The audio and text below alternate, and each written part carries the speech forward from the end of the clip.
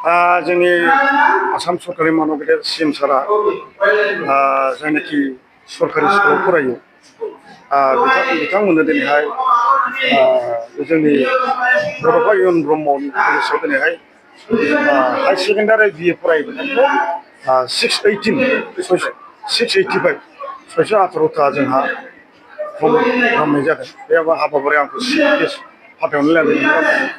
स्किमा जोबोद मोजां जादों जिहेतु बियो जोंहा सरकारि कलेजाव फरायग्राफोरनि थाखाय बियो बेखौ होनाय जादों।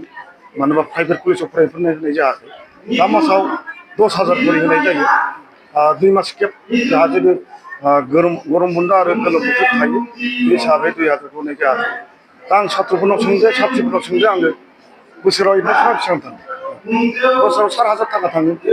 अब्ला बेखौ सरकारानो ग्रहन खालामबाय। 4,000 10,000नि जायगायाव 3,000 जोंहा जाय साथ्रिफ्रा मोनदों बिसोर गावनि मबाइल रिसार्ज सोलिनाय जाबाय। बे बिराद मोजां खामानि जायो। पुरा भारतबर्षआवनो बे स्किमा गैफेरा। भारत स्वाधीन जानाया 78 बोसोर जाबाय। बे स्किमखौ रावबो गोसोखांफेराखैमोन। नाथाय दिनै जोंनि मानव गेदेर मानगोनां आसामनि चिफ मिनिस्टार सारा बे खामानिखौ मावना होनो थाखाय आङो सारखौ आङो गोसो सिंनिफ्राय रोजा रोजा साबायखर बावो। स्किमाथ' बेनो जाहाथे एडमिसन गोबां माबायो मा होनो गरिब दुखिया एडमिसन लानो हाया। बेथ' जाय फरायदों दा गामि ओनसोलनि गरिब दुखियानो बाव एडमिसन लागासिनो दङ। दा बिसोरनो मोनगासिनो दं। बेखौ दा होनबावदों CM सारा सासेबो बाद थानो मोना।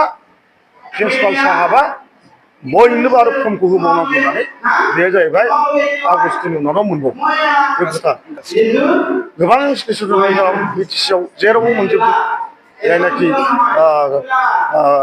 सरकारि कलेज बाव गासिबो मोनजोबो।